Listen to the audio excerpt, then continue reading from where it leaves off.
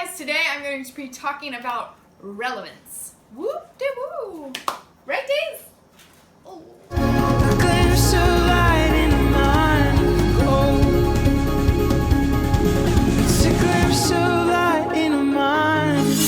Everyone is constantly wondering, how do I get more followers? How do I get more subscribers?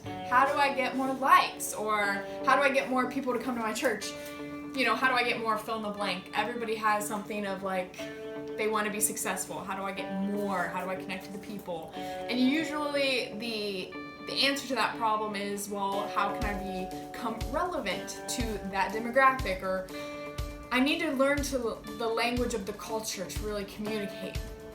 And as Christians, sometimes when you try to be so relevant to the culture and speak the language of the culture, that sometimes you just listen to them and you just don't even know what they're saying. Have you ever heard a preacher or someone posted something and you're just like, that's really off, or I really don't know, I know they're trying to say something here, and you just want to be like, no, stick to the stuff you know. You want to be cool, follow one simple rule, don't mess with the flow, no. Stick to the status quo. And then everybody joins in and we dance on the cafeteria tables. In the end, they actually sacrifice relevance for following a trend. The key to being relevant or relatable is being or giving the answer to a problem. Jesus was perfect and he related to everybody. He was relevant to everyone. He may not have been trendy in the culture, but he was relevant to people, and that's what's important. Christians freak out because we don't think that we can relate to people because we haven't gone through what they've been through. But that's not what it's about, because it's the gospel and the answer to the problem. You don't have to walk through what someone walked through to be able to be relevant to them, just like Jesus.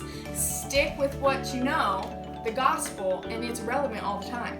If you do everything as unto the Lord and not for man, you are going to find favor and success with both. The key to being successful in the area God has called and placed you in is obedience. It's so simple. The gospel is simple. Christianity is simple. So stop stressing out about everything and just get to know him. You know, you get to know this guy, the word, you know, you learn to listen to the Holy Spirit. You understand the heart of the Father. When you are flowing in that, being relevant is just who you are, because God is always relevant. He's not a trend. He will always be the answer to a problem. And you are supposed to be the answer to a problem. And that is true relevance. It's not lights. It's not fog machines. It's not, I don't know, the coolest, I don't even know. This is how trendy I am. I haven't even plucked my eyebrows in like 2 weeks. I don't even have cool eyebrows. That's what you're supposed to have nowadays. You will be relevant on every occasion when you think and talk like God, just like Jesus. Jesus didn't do anything that the Father didn't do, and that is what you and I are supposed to be. And that is what it's about. You can have the best eyebrows. You can have great clothes. You can have, you know, the most awesome website. You can have 1 million subscribers on YouTube and not be relevant. You can be cool. You can be trendy, but wouldn't it be great if you were both?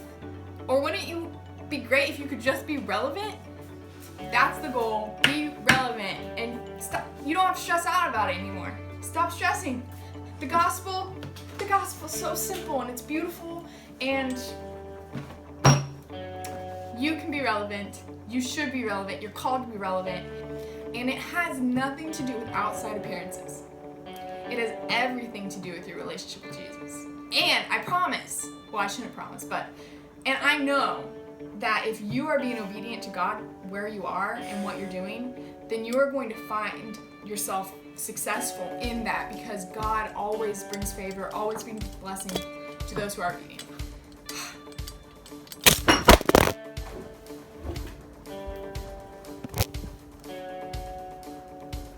My phone fell off the thingy jig, so bye! I'm gonna go finish making mashed potatoes. Bye, guys! Oh, so cute. Look at that little underbite. Yeah.